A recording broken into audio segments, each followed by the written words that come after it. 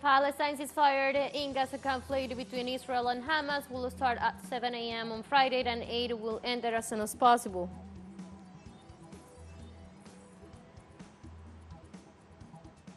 President Nicolas Maduro denounced that the U.S. Southern Command owns Guyana and that ExxonMobil governs that territory.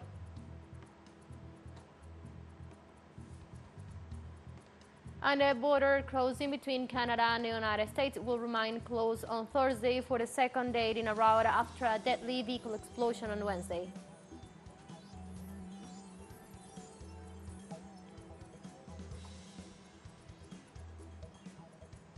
Hello, welcome to From the South. I'm Ana Marrero from the teleSUR headquarters in Caracas, Venezuela. We'll begin with the news. Stay with us.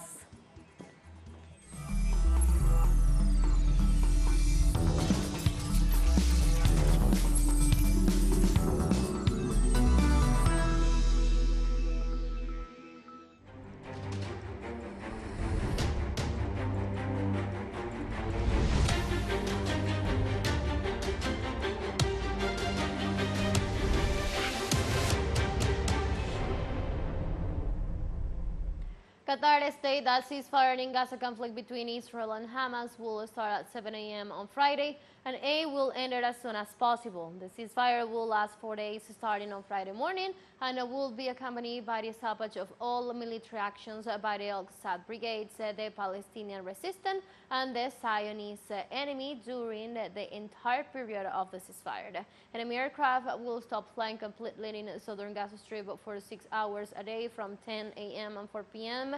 in Gaza and the north.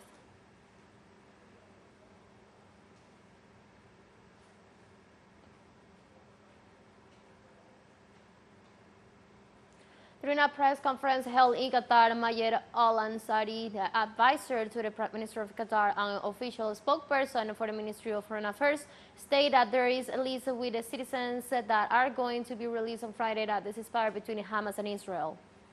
I've just finished with all the communication with all parties in order to ascertain the lists of those civilians who will be freed as a result of the deal agreed upon by both parties.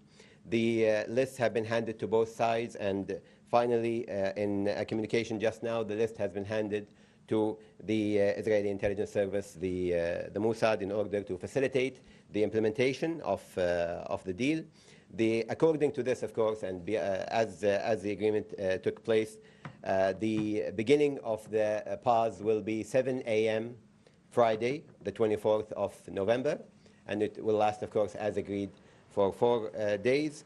And in this context, Mayer Al-Ansari also expressed that humanitarian aid is a pillar in this deal. The humanitarian aid is an integral part of this deal. The aid will start going in within, of course, the calm period that will start at 7 a.m. So we are expecting aid to go in as soon as possible from Rafah crossing.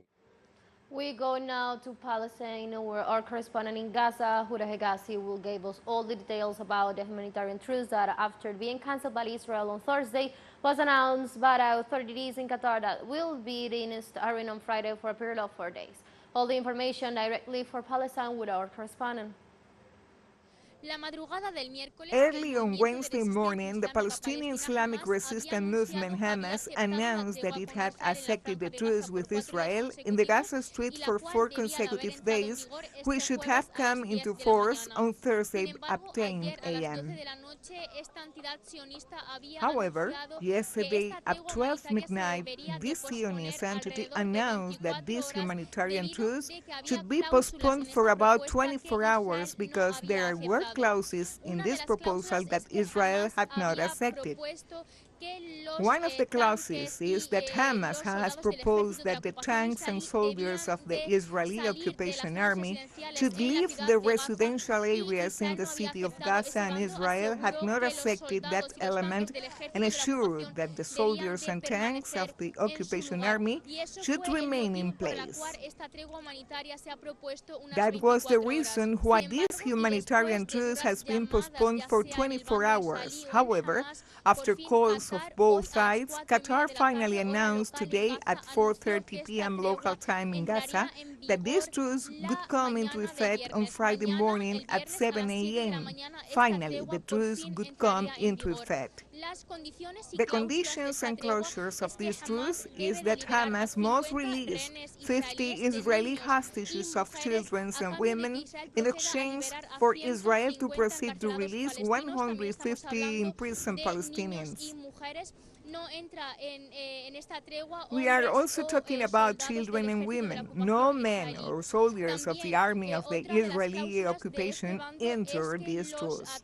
Also, another of the closures of this site is that the military attacks from both sides must stop completely in the Gaza Strip, and also the flight of the planes will stop completely, especially in the southern part of the Gaza Strip.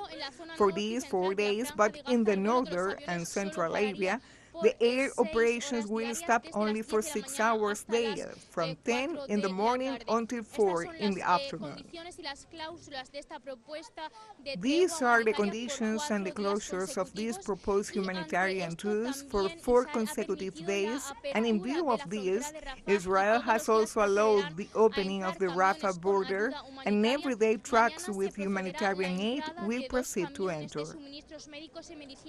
Tomorrow, Friday, will proceed the entry of the trucks of medical supplies and medicines, and also 4 trucks of fuel, and all this aid will be distributed equally in all areas of the Gaza Strip.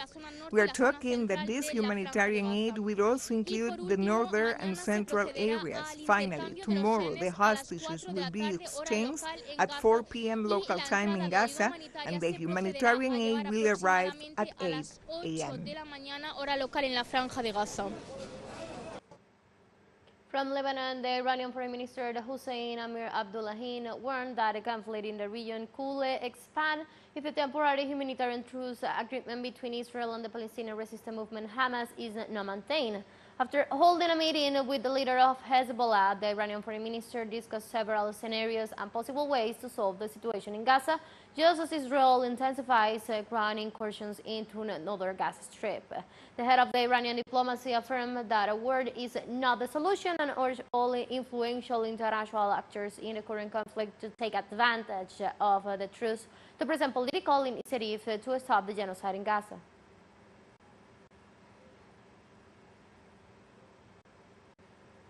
In this context, the parliamentary bloc Loyalty Lebanese Resistance demands as an immediate measure the suspension of Israel's membership in the United Nations for the crimes perpetrated in Palestine and Lebanon.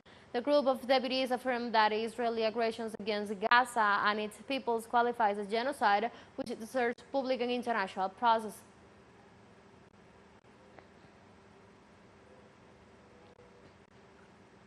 And in Spain, thousands of people continue to march as demonstration of support for the Palestinian people in the face of the Israeli government aggressions. In the main streets of Andalusia, hundreds of people march in rejection of the attacks perpetrated by the Israeli regime against journalists in the Gaza Strip.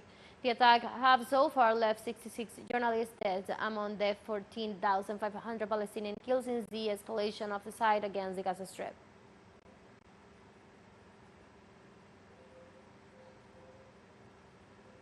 Let's take a very short break, but remember you can now join us on our TikTok account as teleSUR English, where you'll be able to see news in different formats, news updates, and more. Stay tuned for more news.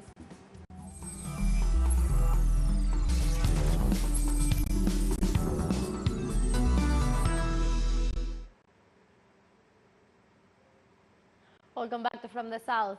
President Nicolas Maduro denounced that a Southern Command owns Guyana and that ExxonMobil governs the territory.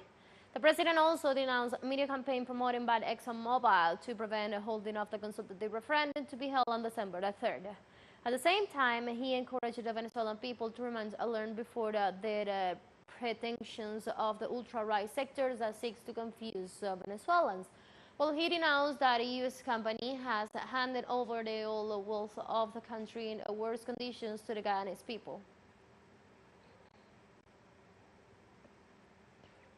On the other hand, the Venezuelan people gathered together with social movements and members of the Bolivarian National Armed Forces to march in support of this consultative referendum on December 3rd. In this context, the Venezuela Toda campaign called to put aside political, religious, and cultural differences so that the people can unite against the imperial attacks on the sovereignty and territoriality of the homeland.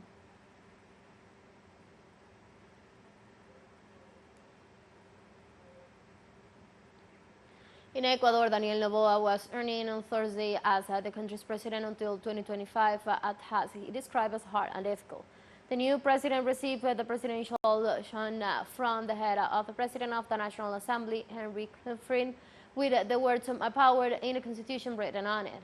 During the ceremony, which took place at the seat of the legislature, the Ministry of Foreign Affairs and Human Mobility awarded the sovereign with the Gray Color of the National Order of Merit, the highest award of the Ecuadorian state.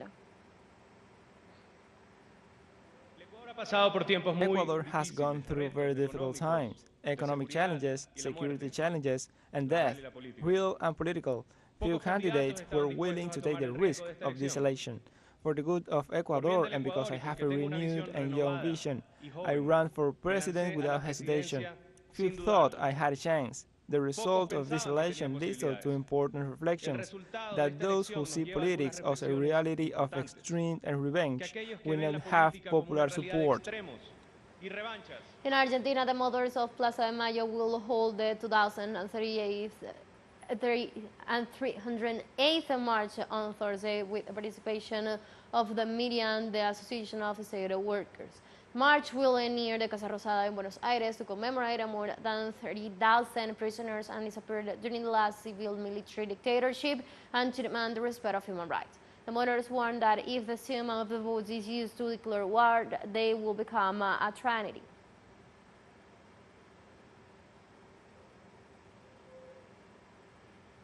The Mexican government captured one of the most wanted criminals in the country, the head of the Sinaloa's cartel, Nestor Isidro Perez, alias El Nini. During a land and sea operation led by the National Armed Forces, they captured the 31-year-old criminal leader of the Chapitos group, again at the service of Chapo Guzman's son. The United States Drug Enforcement Agency, the DEA, they blamed the armed groups for the fentanyl trafficking currently circulating in the north of the country. In this sense, more details are expected regarding the extradition of the criminal to states' prisons.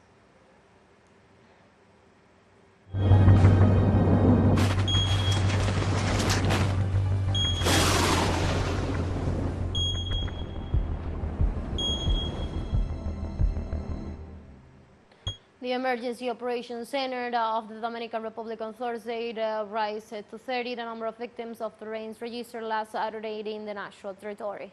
With a cumulative rainfall of up to 430 millimeters in 24 hours as on Tuesday, 35 deaths were reported. The COE stated its most recent report that as a result of the rains and severe floodings, 7,412 homes were affected, 22 of which were totally destroyed, 55 communities were cut off, and 8 highways and 5 bridges were damaged.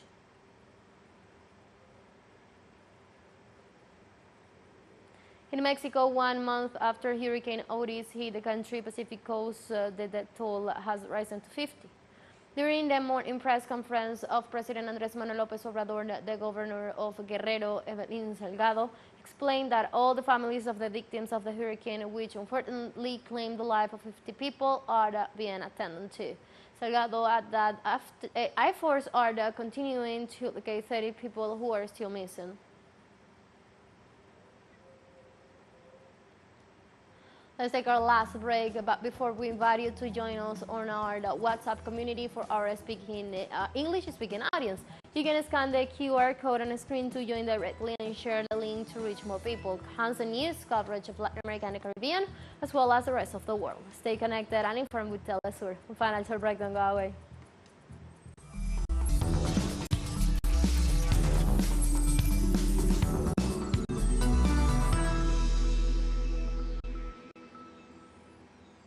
Welcome back. The normally busy Rainbow Bridge border crossing between Canada and the United States will remain closed this Thursday for the second day in a row after a deadly vehicle explosion on Wednesday. previously reported 2 people were killed on the U.S. side of Ontario, New York state crossing just before the 11:30 a.m. Wednesday morning.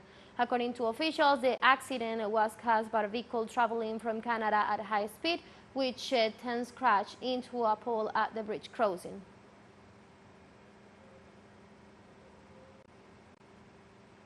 Finland said it will close 3 more crossing points on the Nordic country's long border with Russia, leaving only one Arctic point open to control the flow of migrants. About 800 migrants without proper visas and documentation, mostly from the Middle East and Africa, have arrived in Finland in November compared to a few thousands in September and October.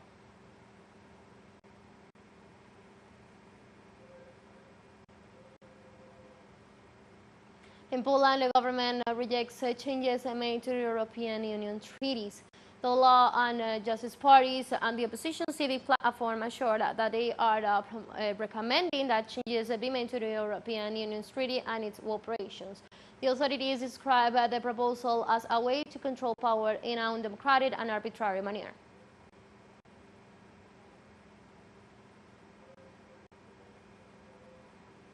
Belarusian President Alexander Lukashenko stressed at the summit of the Collective Security Treaty Organization that the body remains an integration mechanism for security in the Eurasian region. The Belarusian leader also emphasized that the organization should be stronger and more united in the development of the geopolitical situation.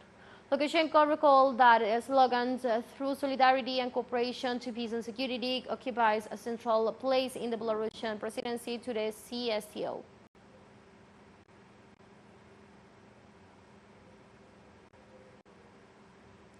On Thursday, the Kenyan authorities will privatize 35 state-owned companies and are considering open the capital of another 100. The Kenyan economy, the locomotive of East Africa, has been seriously shaken by COVID, followed by the shockwave of the war in Ukraine and a historic drought in the Horn of Africa. Public debt in the country of some of 53 million people stood at more than 10,100.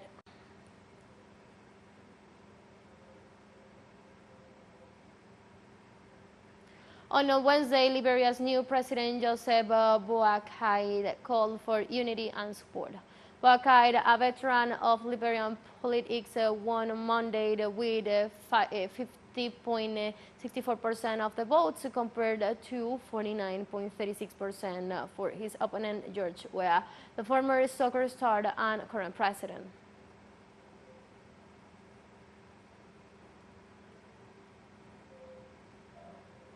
And we have come to the end of this news brief, but before saying goodbye, we want to thank our Caribbean audience, especially the audience of Trinidad and Tobago.